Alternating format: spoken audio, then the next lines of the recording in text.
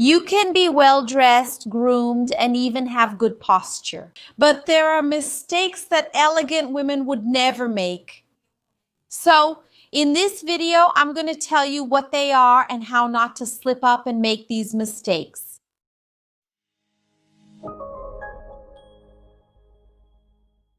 Hi, how are you? I'm Juliana Santiago, an etiquette specialist.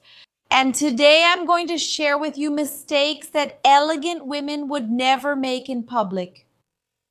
Situations and behaviors an elegant woman would never engage in. So come with me because this video is very special and I think you're really going to like it. The first point is speaking too loudly. Elegance is closely associated with discretion.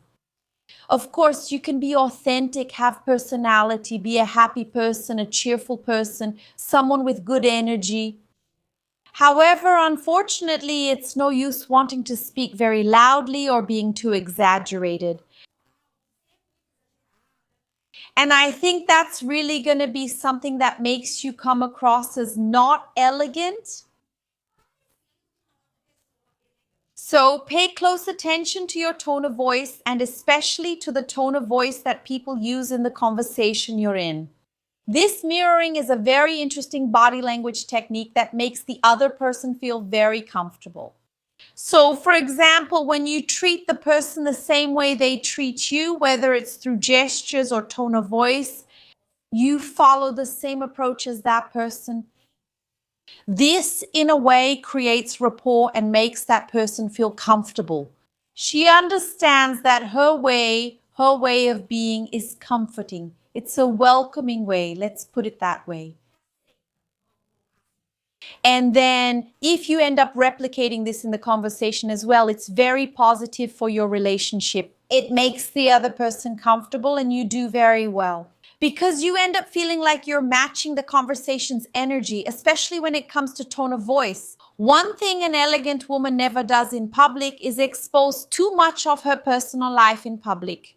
So even though many times you might be going through a delicate moment, sometimes in your relationship, sometimes your husband did something you didn't like, or you're going through a difficult situation that will expose other people, you need to be very careful about who you're going to talk to. Of course, there are situations where you're with a close friend, you're at a party, but you're in the middle of a conversation with a closer friend and you want to take on more of a confiding, venting tone. That's fine, but exposing too much of your private life in the middle of a group with a lot of people, talking too much about yourself, about your relationship, this can be interpreted very differently by other people. Each person has their own life. Each one has a story. They have their own journey. So what happens then? When she sees you sharing details about your relationship, something very personal to something intimate from your life, she will have an interpretation that many times is not the interpretation you want. And if you do this in a group conversation, several people will have different interpretations. And this can end up creating a negative impression of you, right? Because many times we end up sharing intimate things. After a while, you make up with your husband anyway, and then everything goes back to normal. So be very careful with the topics you bring up in group conversations, especially. Using your phone excessively is also another point we need to pay attention to. And really, it's something that happens a lot, right? So, for example, you're in public and you spend the whole time taking pictures, messing with your phone. Looking at your feed on your phone, everything that happens, you want to check your phone to see, to look it up. Take it easy. If you need to use your phone or want to show something to someone, do it briefly and then put your phone away. We can't show or make it clear to other people that what's happening on your phone is more important than that moment, than that meeting. I think it's important for us to notice that and be a little careful about it, you know? So we can really keep our relationships more genuine. And something that's interesting to mention is that a lot of people think that being on your phone all the time shows that you're a busy person, someone who works a lot, someone who's in high demand, but that's not really what happens. You actually end up embarrassing yourself, and people don't see you that way. In fact, they see you as someone who's extremely rude. Interrupting other people is also something we need to mention in this video. Everyone who is impolite interrupts people in the middle of their sentences. So when someone starts talking about something, they keep interrupting all the time. They end up bringing the conversation to a halt. So it's really not nice. It's not acceptable for you to do that.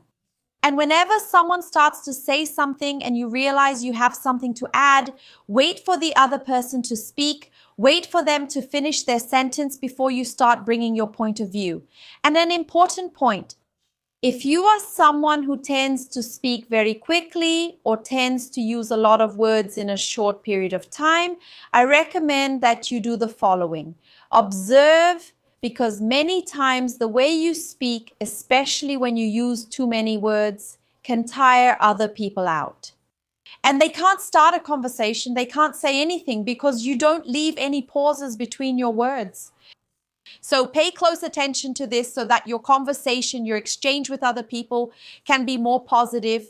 You know that topic I mentioned about mirroring, about observing how the other person is, so you can figure out how to keep that communication going in a more assertive way? Basically, that's it. Complaining all the time.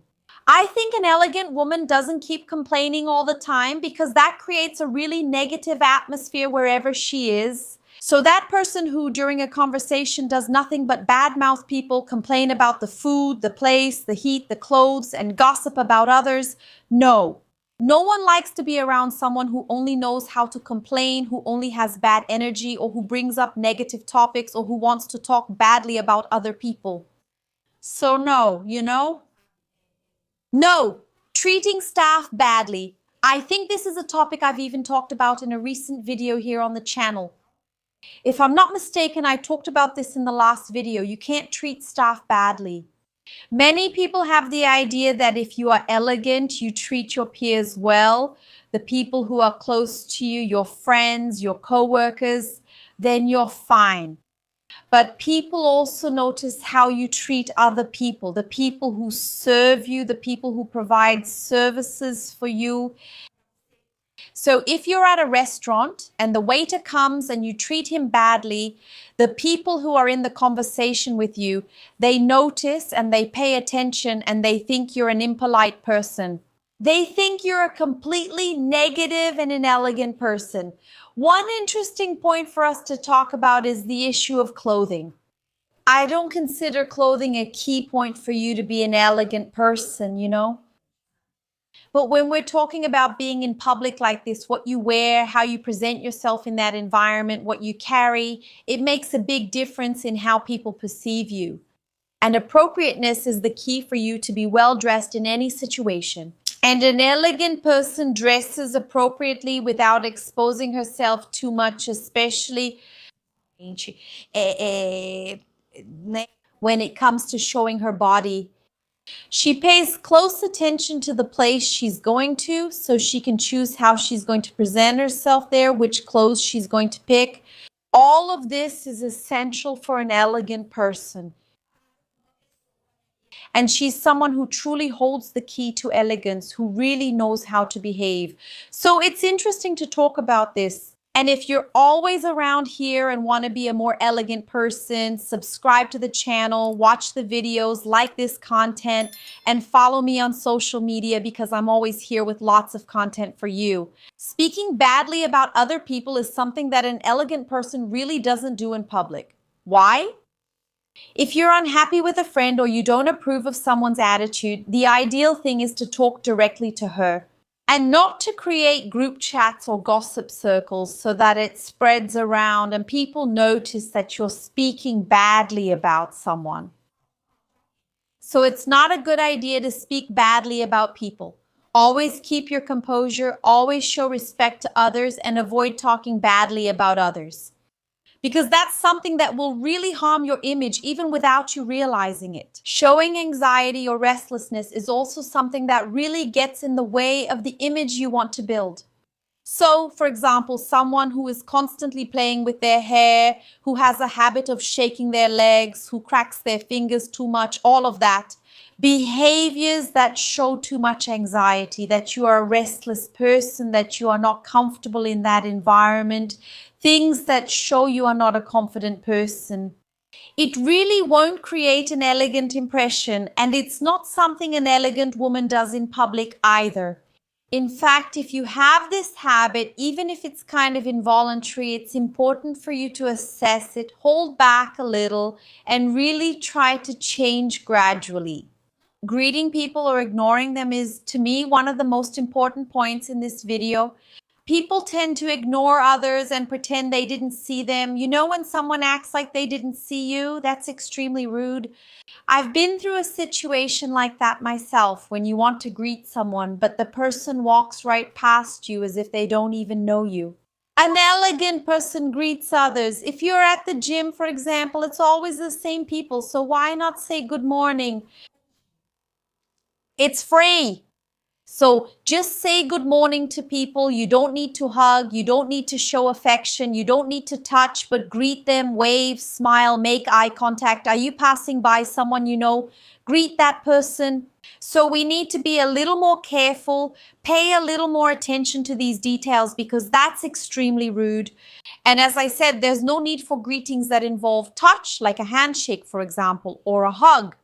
There are other ways to greet people that are extremely elegant and appropriate as well. That's why I recommend that you get to know all of them. In my etiquette and manners course, you will learn all about this: how to greet people, how to arrive at an event, how to meet new people, how to greet people the right way, depending on how close you are to them and what kind of greeting you want to use at that moment.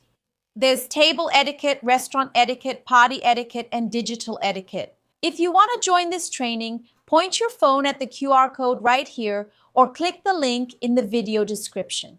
Click that link in the description and check out our training, which has already been taken by thousands of people. Drinking too much is another important point. I know that sometimes when we're with friends, we end up feeling more comfortable, more at ease to drink more, but we need to accept the consequences of drinking more. So it's important for you to exercise that kind of restraint and be careful and try not to go overboard, always making sure not to project an image you don't want. In an environment where sometimes you don't even know the people, you don't even know what they're going to think of you, trying to get attention all the time is also something an elegant woman doesn't do in public. An elegant woman doesn't draw attention because she yells, because she speaks loudly, or because she wants to be the center of attention all the time. She will be elegant because she truly is, you know? She doesn't need to force anything. So it's important for you to have this understanding. In fact, I've already made vídeo falando sobre etiquette-related things that make people uncomfortable. I think it will really complement this tip about drawing attention all the time. Just click here on the side so you can watch it right after. Also, don't forget to check out my etiquette and manners course. I would love to have you.